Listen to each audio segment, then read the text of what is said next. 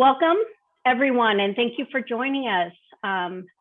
We're going to jump into They're Here, what you need to know about training Gen Z. My name is Sandy Dyer. I'm with the DataMark team, and I'm going to be moderating today's session. Before we begin, I want to let everyone know that we are recording this webinar, and all attendees are muted for quality assurance purposes and for video viewing at a later time. So the video itself will be shared at a later time so you can watch it again. If you have any questions, please use the Q&A or the chat section of the platform, whatever's easiest for you and you can find it easily. And we will answer questions throughout the presentation. And then again at the end, if you have any. I'd like to introduce our presenter today. Please join me in welcoming Beth English. She's a program manager with Commercial Electronics. Ms. English, can you share with us a little bit about yourself, please? Yes. Hi, I'm Beth English. I'm an instructor today, and I began my 911 career as a police dispatcher 33 years ago when I was 9, and that's my story, and I'm sticking with it. And most recently, I served as a communications director before joining Commercial Electronics as their program manager for their QA and QI program and their higher ground instructor. I have my master's telecommunicator license from Texas. I'm a TCOL instructor and a past president of Texas NENA. So let's go on with our session today. Today's objectives, the things that I want you to learn from this lesson is I want you to be able to list the 5 generations. We're going to debunk the myths about Generation Z or Gen Z. We're going to list the 5 defining traits of Gen Z, list the ways to attract Gen Z as an employee, and we're going to list ways to engage Gen Z in training. Now, we've talked about millennials for years. We all know millennials have had this stigma attached to them. And, you know, we've discussed the challenges that we've had with keeping them employed, trying to keep them engaged in the workplace, their unrealistic expectations of working in public safety, and how to train them to understand the importance of the type of work that we do, and also the repercussions of failing to take that job seriously. But it's time for the millennials to move over because Gen Z is the new group that's coming into the workforce, and we're going to have to change our methods of recruiting, keeping them, and training them. Now, every site that you research is going to have different years for various generations. However, these are the latest generation spans as of 2019. So you've got the matures or the silent generation, which is they're born 1928 to 1945.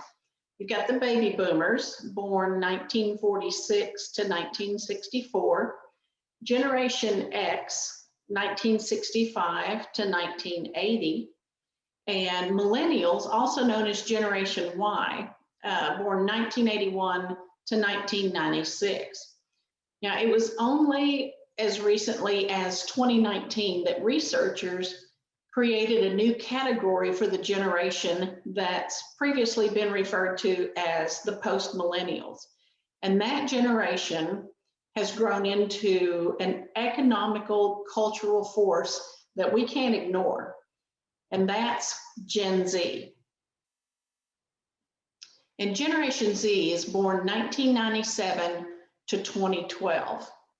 Now, before we go any farther, let's take a poll. Which generation do you belong to?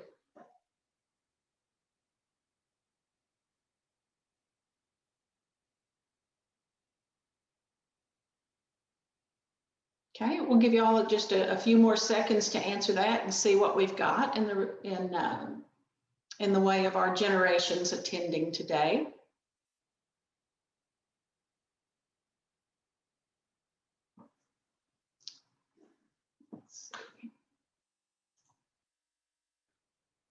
Okay. So what have we got?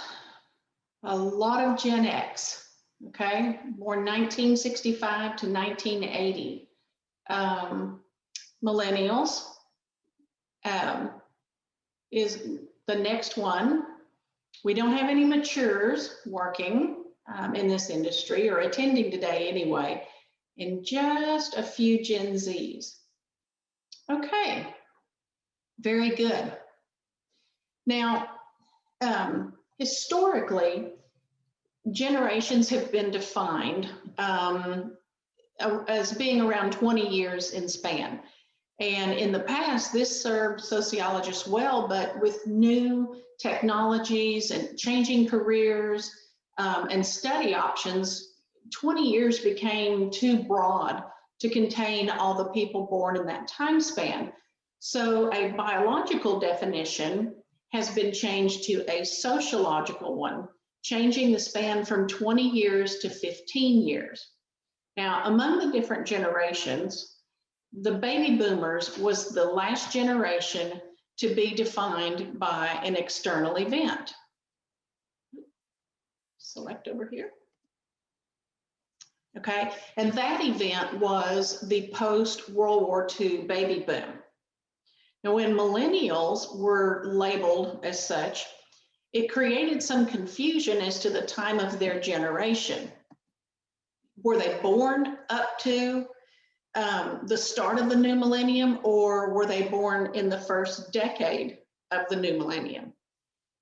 Because of this, the label was problematic. So labeling the next generation as Gen Z provides basically a blank canvas for them to create their own identity. Now, all the new generations coming up are going to have labels that don't define them around specific events. So you're going to have Generation Alpha, which we're halfway through that one, born 2010 through 2024. Actually, we're almost at the end of that generation. And then you're going to have Generation Beta, born 2025 to 2034. Generation Gamma, 2035 to 2049.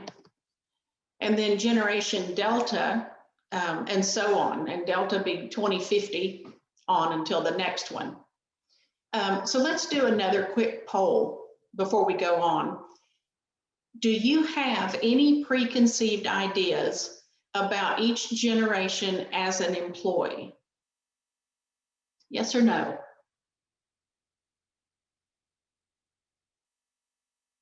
I'm going to say most of us do. Give y'all a few more seconds and then see if we do or don't.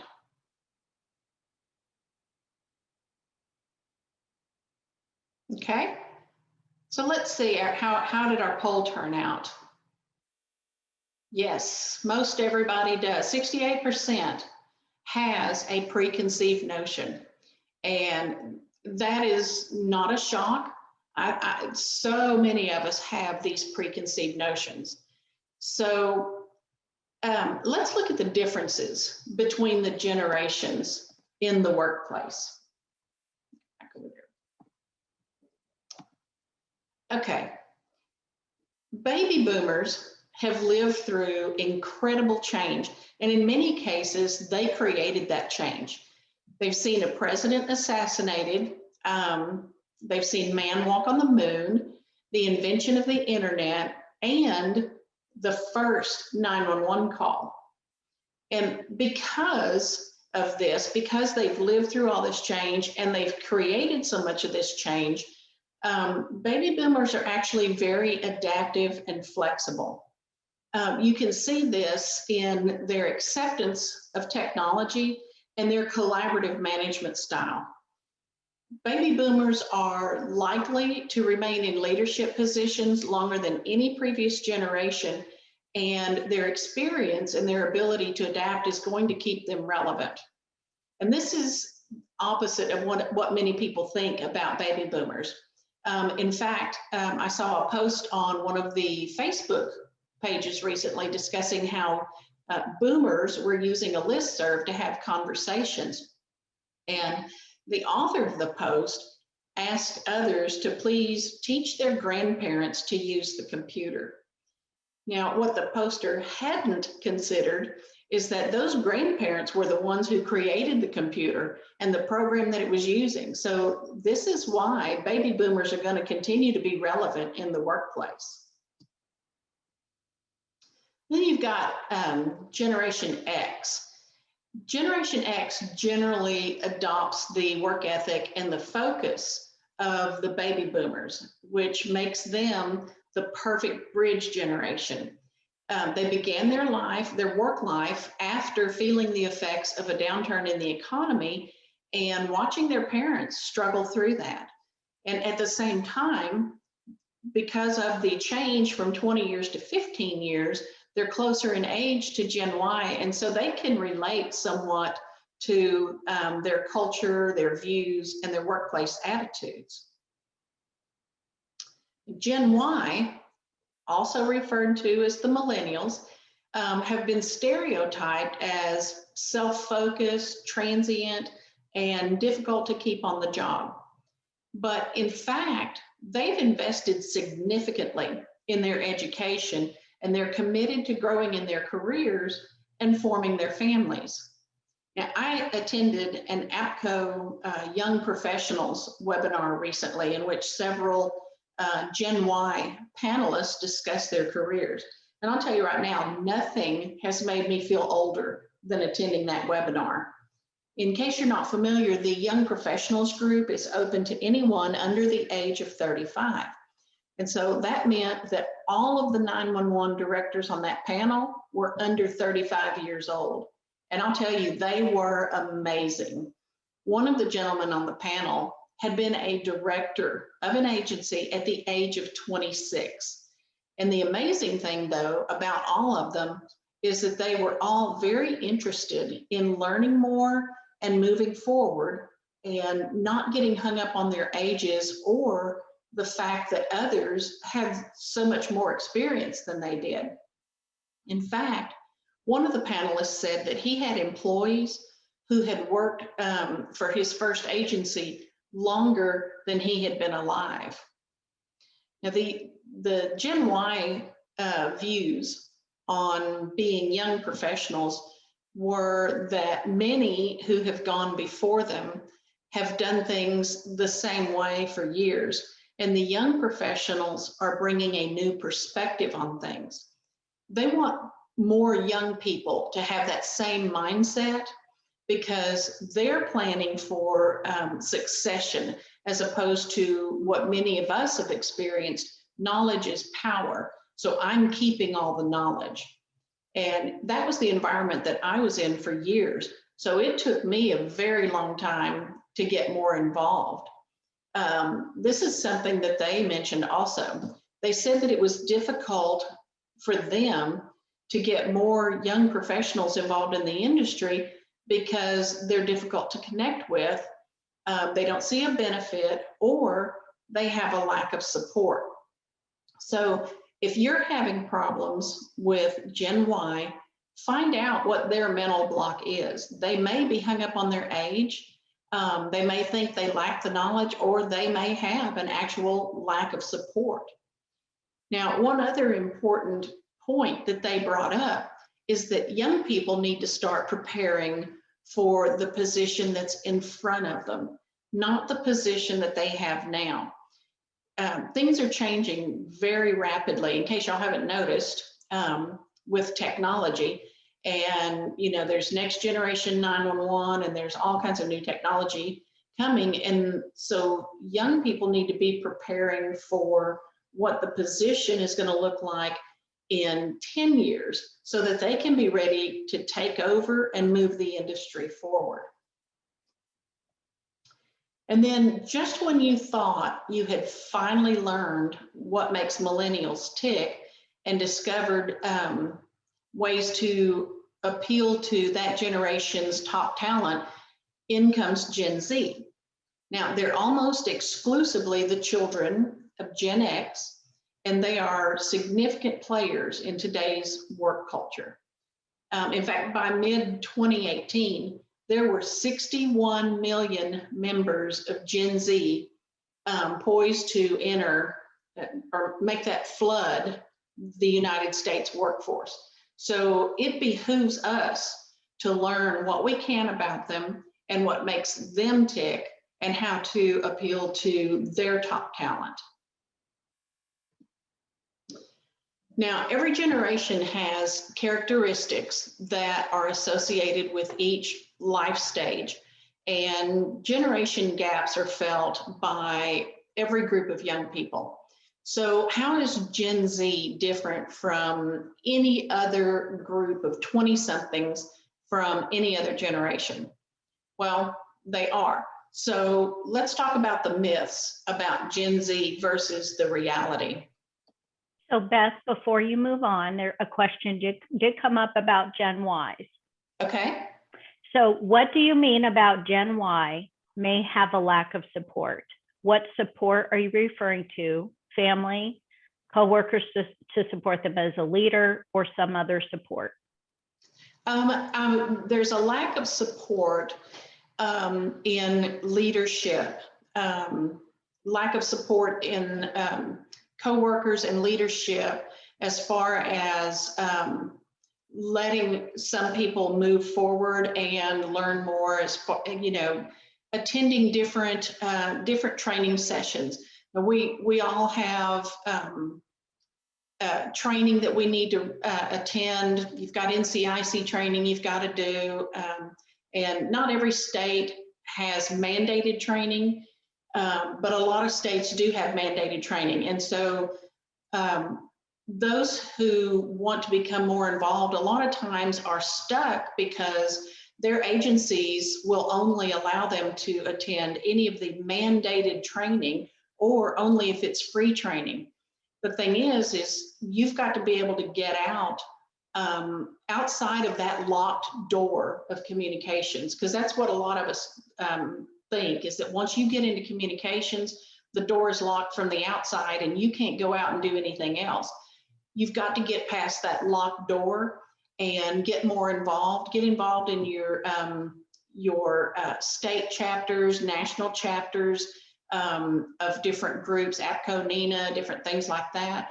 And that's one thing that there's a lack of support for in many agencies, because frankly, some of the baby boomer police chiefs and sheriffs don't believe that the training is necessary for communications.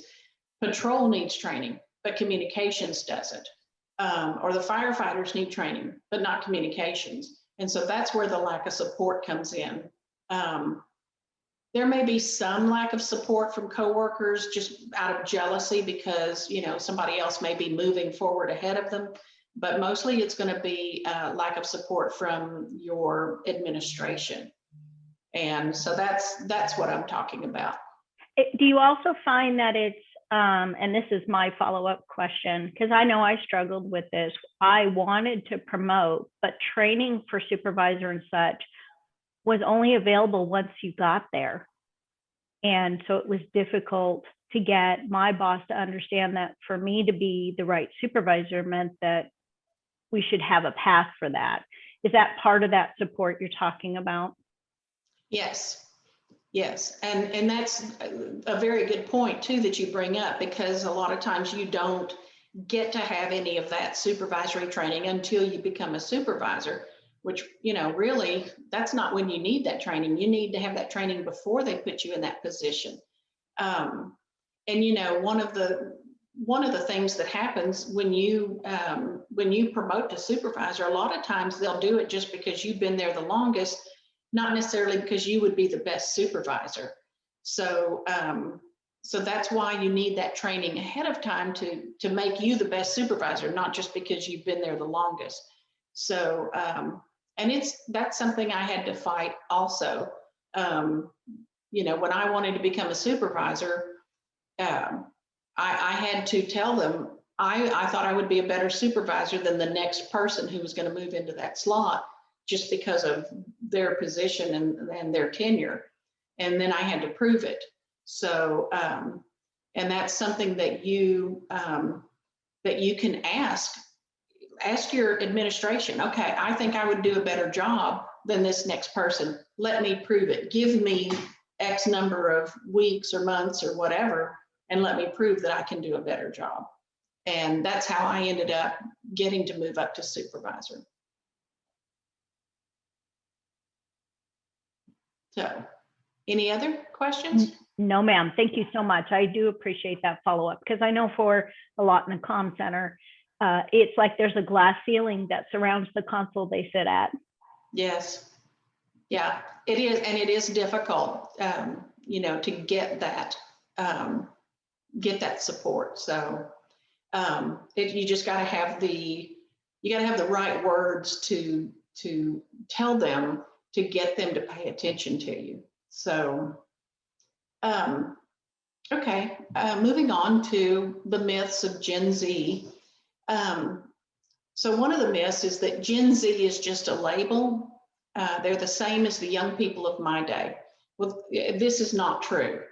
Obviously, their age separates them from other generations, but they're not the same as the young people of before, if for no other reason than because of the experiences that each generation's had.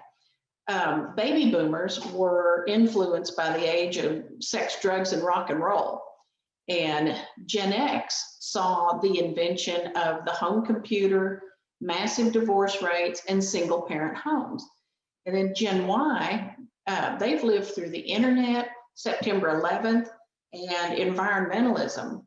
So Gen Z is actually the first generation to have never known a time without the internet.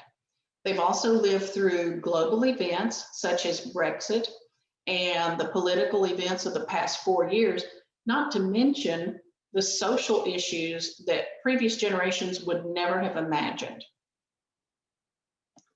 Now, another one is that Gen Z is just a passing fad and they'll grow out of it. And there are fads that come and go. You know, back in the day, it was groovy or cool. And I remember my kids always saying gnarly, but not all generation characteristics are fads.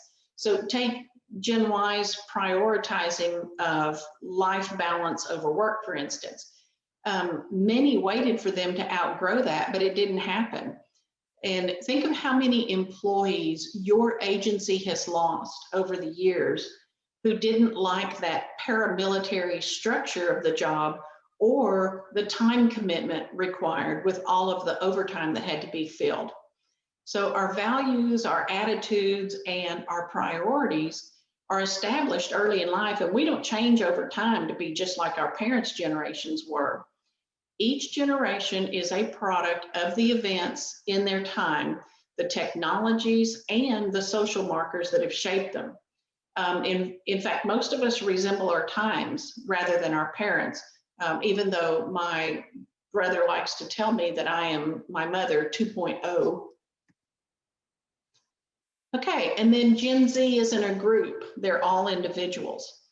Well, with the emphasis on individuality these days, we would all like to be thought of as individuals, but the reality is you can't market to individuals. You have to market to a group. And when grouping people, they'll often fall into categories based on gender or cultural background or geography. But the strongest group segment is the generation. And that's because the generation is multifactorial. It consists of age, life stage conditions, and experiences. So we're going to list the 5 defining traits of Gen Z. Now, Gen Z are the new employees entering the workforce, like I told you. So to them, things are important that might not have been important to previous generations. So things such as work and life balance, team focus, flexibility, creativity, innovation, and a global working atmosphere. They're also characterized by multiple jobs, which I know that's not anything that you know you want to hear in this industry. Also lifelong learning and multiple careers. They've had 20 years of cultural shaping, and there's nothing that you as an employer can do to change that, but you can influence their future.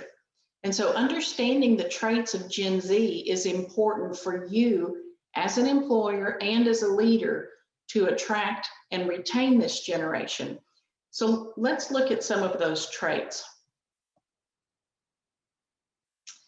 Like I said earlier, this is the first generation to have used technology from the time they were born. They've never known a time without the internet, so technology is a huge part of their lives. They don't have a line between work and social, or study and entertainment, or private and public. They live in an open book environment, being just a few clicks away from any piece of information they need or want. There are no borders across countries and cultures, and they communicate in a post-literate community where visuals and videos are the rule. When it comes to technology, they're highly intuitive and confident because they've been socialized by screen-based devices. They have a snack media habit, which is, that means that they consume more information by switching between multiple platforms and devices. They're generally multitasking across 5 screens on average, which sounds like the perfect candidate, doesn't it? So this habit of moving quickly from screen to screen shows that imagery is their style, and their primary forms of communication are Snapchat and Instagram. They've grown up around YouTube, Wikipedia, and eHow, and they know how to locate information quickly. So they're natural information seekers, and they aren't afraid to be resourceful. A drawback to this is their short attention spans. You only have about 8 seconds to engage them. Now, Gen Z is the first generation to be truly global. Because of the technology available to them, movies, music, fashion trends, and social trends from all around the globe are available to them. So regardless of where they are, they're logged in and they're connected. And there are no boundaries to their vocabulary, their blogs, or their friends. So with no boundaries to their social world, Gen Z is influenced by a network that is larger numerically and geographically. Their network is connected 24/7. And while this helps to facilitate their relational world, it can also have a negative impact by bullying. An estimated 36.5% of people who have been bullied through technology, whether that's social media, text messages, or email. And about 77% of students say that they have seen cyberbullying. And because users are constantly connected, one small incident can be amplified massively and instantly.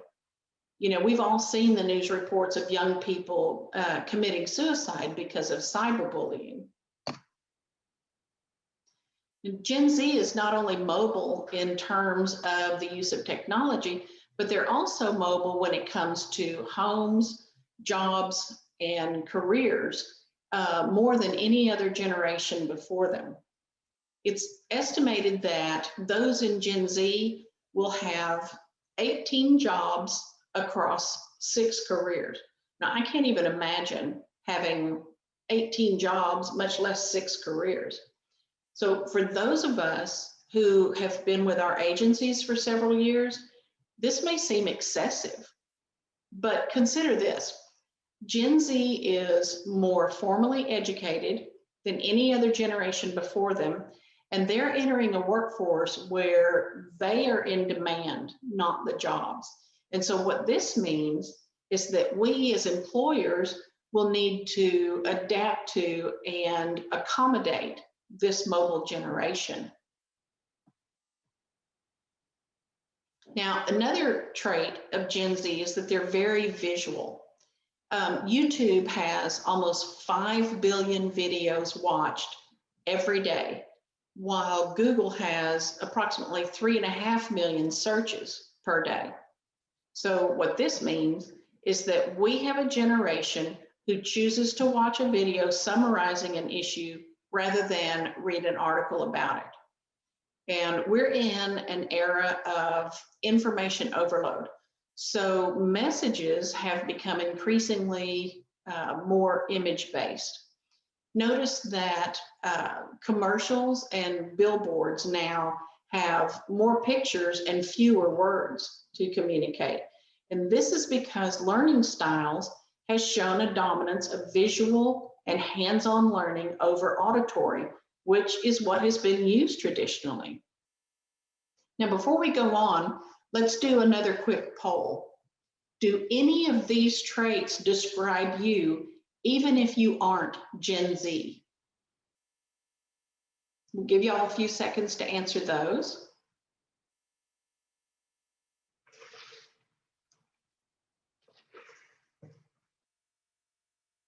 Okay, so let's see how many people show these different traits. And I will say I am not Gen Z, but I can tell you that I am very digital, visual, and mobile. I don't know that I'm global, and I'm somewhat social. I'm social. Yeah? Ask anybody who knows me. Probably more social than they want me to be. Okay, so, okay, the majority, 86% of us are visual, and that totally understandable, because that's how we learn, is visual. A lot of us are digital, a lot of us are mobile. So regardless of what, well, of course we are mostly Gen Y and Gen X. So this explains a lot. Okay, so let's go on and let's talk next about communicating with Gen Z. Now, as with all new generations, there's a new language that we have to learn in order to communicate with them effectively. So this video will get you started. Ladies and gentlemen, my name is Carl. Can y'all hear that? So it seems like every other week, the kiddos of Generation Z seem to come out with new slang terms that quite frankly confuse the rest of us older generation. Sandy, can y'all hear that? Yes, ma'am, I can. Okay. So the goal today is to learn how to speak some of that Gen Z lingo. And joining me today on how to translate some phrases is our favorite spokesperson for the Gen Z kids, my cousin Brock. Say hello, Brock. Brock, say hello. Sup? Alright, let's get started.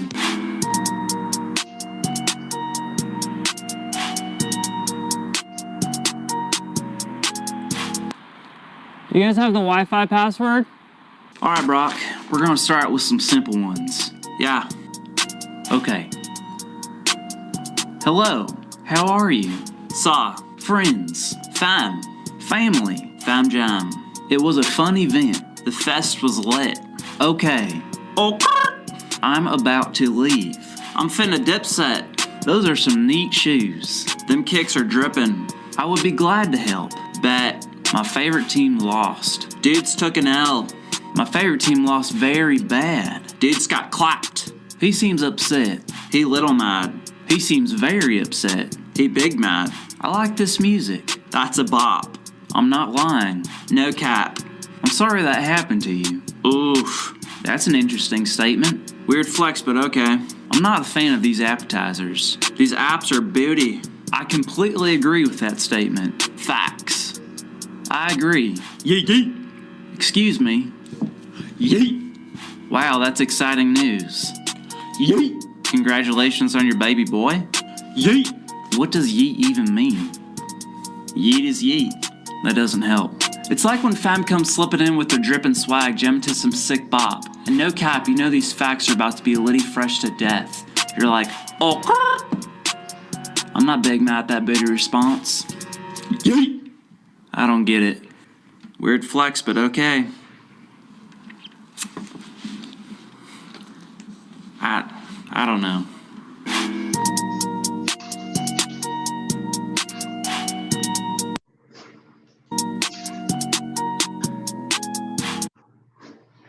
So for more information on communicating effectively with Gen Z, you can refer to part 2 of this video.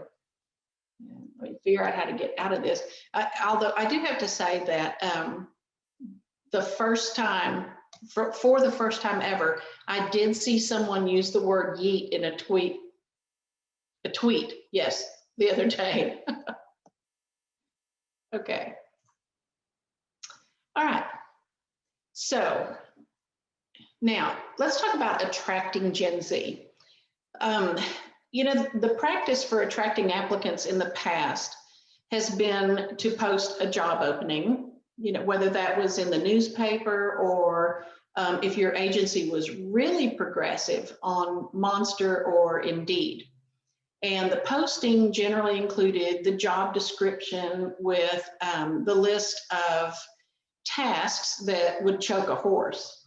And you may or may not have a link to apply online, but this isn't going to work to attract the next generation of employees. So what are we going to do to attract Gen Z to our field? It's going to require us to make some changes to the way we've always done business.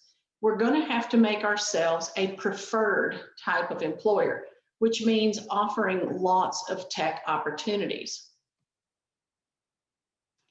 If you haven't already started, now is the time to get serious about branding your agency. Traditional methods of recruiting aren't going to work so well with Gen Z. So you want to brand your agency as one that provides the workplace that they're seeking. The more digital processes that you can incorporate into your recruiting, hiring, and onboarding, again, not waterboarding, but onboarding process, the better off you'll be. So take, for instance, the general HR orientation for new employees. Many agencies will have newly hired employees attend orientation at the same time to fill out paperwork for emergency contacts, direct deposit, you know, acknowledgement of receipt of the city or the county handbook, whatever. They might even have someone from each department speak to all the new employees to explain what all the other departments do and how they conduct business. Now, while I think it's a great idea for a recruit to understand how the rest of the world works, the city, the county, whoever, this is not something that's going to get Gen Z to come back the next day. But what if you could accomplish this without running off the new people? Try using technology to accomplish this. Create videos with instructions to completing the paperwork and then have it available online. Have someone from each department create a video outlining their department's duties, and then build a library of these videos for the new employees to view at another time. The viewing of the material and any acknowledgement forms, things like that, can be tracked by their software to provide proof that the training was completed in a specified time frame. Technology is also going to play a big role in attracting this new generation of workers. So with the implementation of new technologies for handling 911 calls and dispatching responders, many agencies are ahead of the game. So when advertising for new employees, exploit this to attract them by emphasizing the use of advanced technology for the job and the need for tech-savvy employees. Now, the more that you can replace paper with mobile technology and apps, the more productivity you'll see from Gen Zers. For instance, replace any paper attendance trackers with an online program. Provide apps for training management. Make your SOPs and employee handbooks available online, maybe on a network that's accessible from their mobile devices. You're more likely to get compliance on policy changes and acknowledgements than sending around a piece of paper for them to sign. And then when trying to recruit Gen Zers, emphasize the technological processes for applying for a job, keeping track of paperwork, and then the ability to stay connected via mobile devices. Gen Zers appreciate chances to develop personally and professionally and to add skills to their resumes. Now, your agency can provide these in various ways, whether that's tuition reimbursement, free mentoring opportunities, which you've probably heard about several times, online training, or even YouTube videos on 911, police, or fire-related issues. If you have employees who want to attend college while working full-time, allow them work time to study and flexibility in scheduling. One thing that I've always said, if someone needs Tuesdays and Thursdays off for labs, work that into your schedule. The point is, they want more training. They want to know how their development in their role is going to help your agency achieve its mission and help serve society. And then be an agency that provides real-time feedback. Gen Z wants feedback to be able to succeed. So if they feel like they aren't succeeding, they'll suffer professionally, which means your agency will suffer. So create an environment where supervisory feedback and suggestions are shared freely, both formally and informally. This doesn't mean that you should fail to keep a supervisor-employee relationship. It just means you may need to adjust from the total paramilitary to a more personal approach.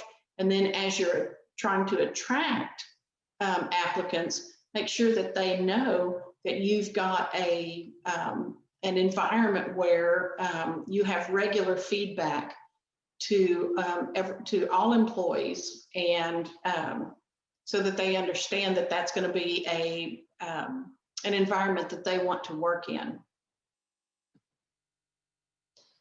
Now, flexible work options is going to be one of the hardest mindset adjustments to make. Historically, seniority has been the coveted position in a comm center. Seniority has always allowed for better RDOs, first chance at selecting vacation and holiday time, and the last to be directed to work overtime. Some people will go to their grave believing this. I always did. For years, I said 3 people would have to die or retire for me to get a day shift with weekends off. And then one day it happened. No one died, but 3 people did quit and retire at the same time. I had been there 13 years at that point. Unfortunately, that work environment is not going to attract or keep the new generation of employees. They want to be able to integrate both work and non-work related activities on flexible schedules. And I know what you're thinking right now, that ain't happening, but it's going to happen. If you're like most employers, you may already have been heading this direction because of Gen Y. If so, congratulations, you're halfway there. If you haven't started thinking about this, it's time. And then this point can't be stressed enough, promotional opportunities. If Gen Z doesn't feel secure, they're going to move on. They need to see clear paths toward advancement from their current position. Now, not every agency has the ability to create a career path in the agency. That's where you need to think outside the box. If you don't have a large enough agency to have advancement in the agency, emphasize advancement outside the agency. I've talked about the advancement opportunities outside of the 911 center before. Think about all of those tasks that are listed in the job description. Every single one of those tasks is done with some type of software or equipment. Someone had to develop that software or that equipment. Someone had to market it. Someone had to train others how to use it. Someone had to create standards for it. There are so many opportunities beyond answering 911 and dispatching responders. And the ones who create the systems to do that need those who know how to use it to help develop it. So if you can't emphasize advancement in your agency, then emphasize what they can do with the knowledge that they will acquire from being an emergency communications operator. Let them know that your goal is not to send them packing in a year or two, but to give them as much knowledge as you can so that they can advance later. And while you're at it, tell them about the professional certifications available to them through the various organizations that support 911. You have the NENA E&P, the Emergency Number Professional, and the CMCP, the Center Manager Certification Program. And then you've got APCO, RPL, Registered Public Safety Leader, CCS, Communication Center Supervisor, and CPE, Certified Public Safety Executive. Now, these innovative credentials will appeal to them when furthering their careers. So emphasize the advancement opportunities available to them with these certifications. Now that we know the characteristics of this new generation, what drives them, and how to attract them to our agencies, how do we train them? Again, this is going to take a mindset shift. We're no longer able to train a certain way because we've always done it that way, starting with the usual classroom training. Remember that Gen Z is visually oriented. Therefore, the more image-based your training is, the better. So try incorporating some YouTube type instructional videos in your training to keep your training more active and more collaborative. So let me just show you this video real quick about the YouTube videos.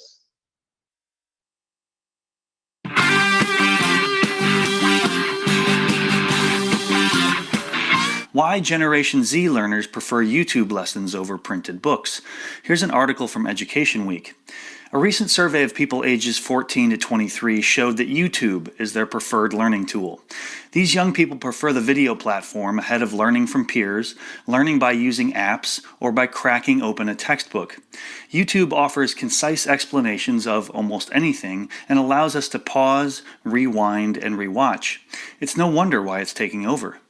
Well, this is not just for Generation Z learners, is it? There's evidence to suggest that very young kids are using YouTube as their primary learning tool, and even people as old as me turn to YouTube first when learning new content or skills. In fact, I'm pretty sure I've learned more from YouTube than I ever learned in school. Now, it's interesting that when discussing how students learn today, you rarely hear them say that they turn to their teachers. Instead, they're turning to their trusted YouTube channels, and I think it largely comes down to efficiency. Students know that they can either listen to their teacher lecture for 30 minutes about something like mitosis while they're managing behavior, going on tangents, and answering questions from the class, or students can simply watch a 6-minute YouTube video that covers the same information. Let's see, 30 minutes or 6 minutes? It's not surprising that more and more students are choosing the videos. So teachers, let's not get left behind. If YouTube is the preferred learning tool for students, then let's make sure they can find us there.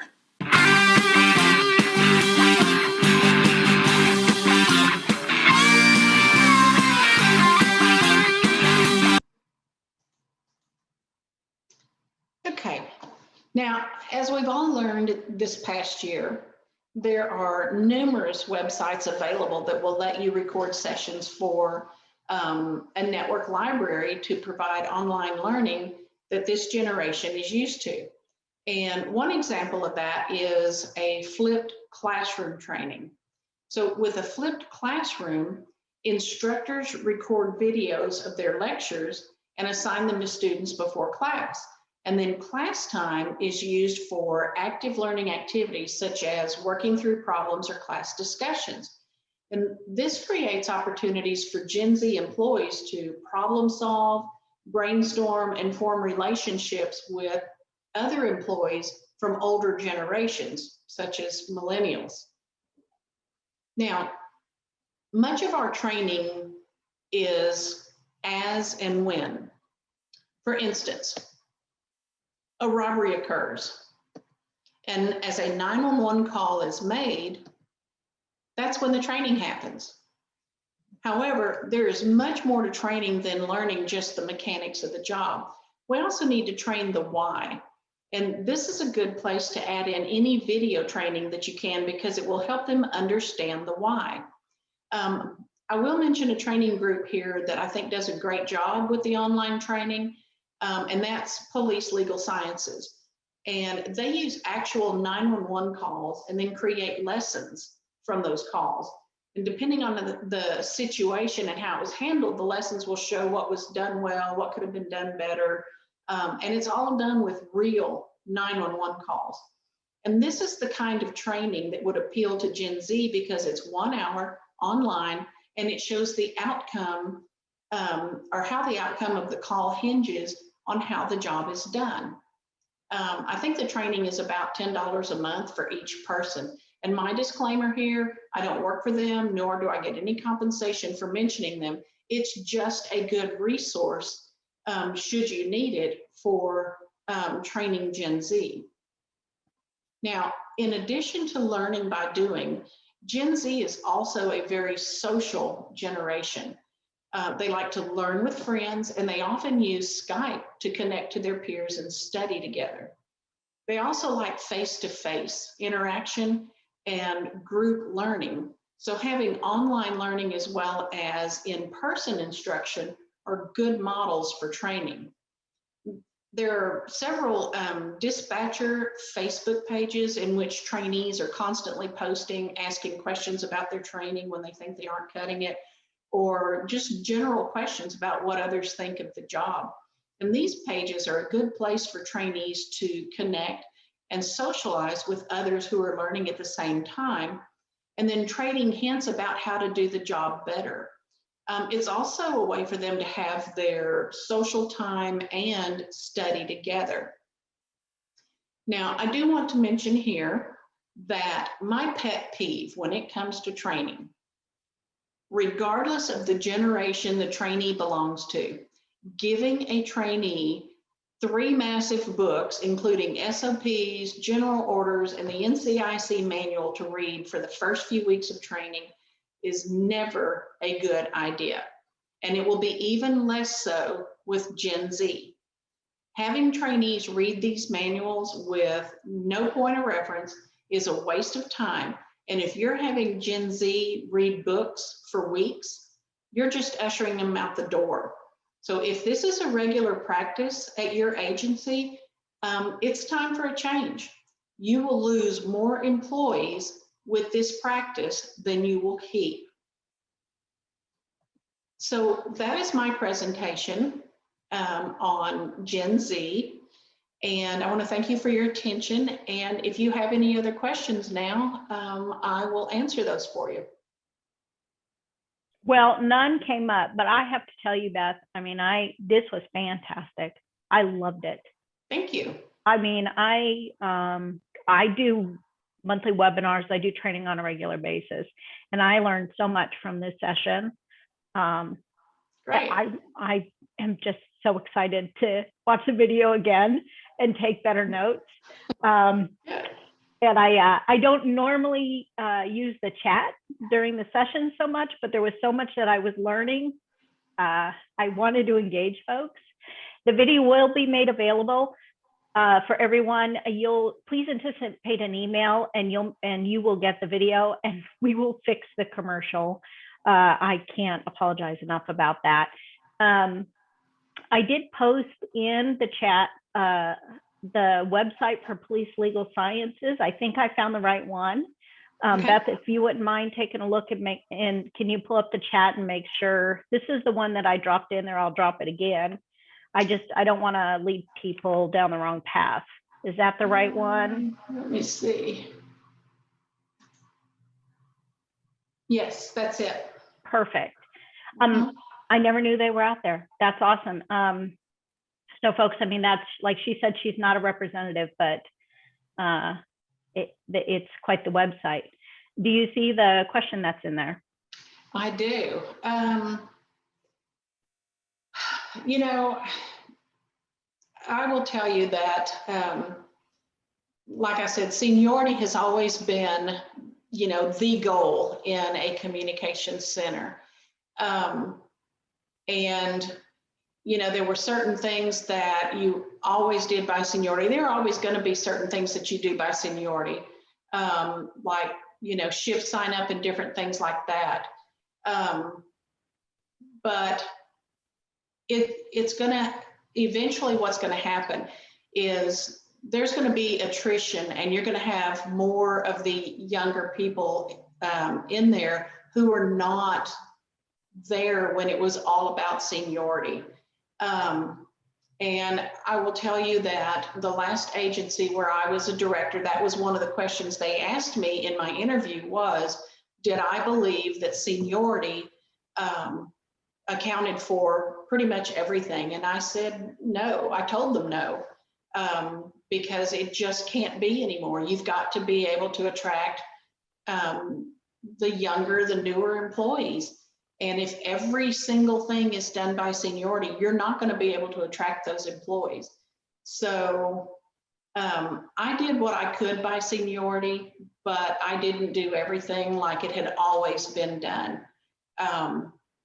You know, everybody wasn't always happy about it, but being able to keep the new employees coming in so that the tenured employees could have time off was actually a bigger payoff for them than losing, you know, seniority for different things, if that makes sense.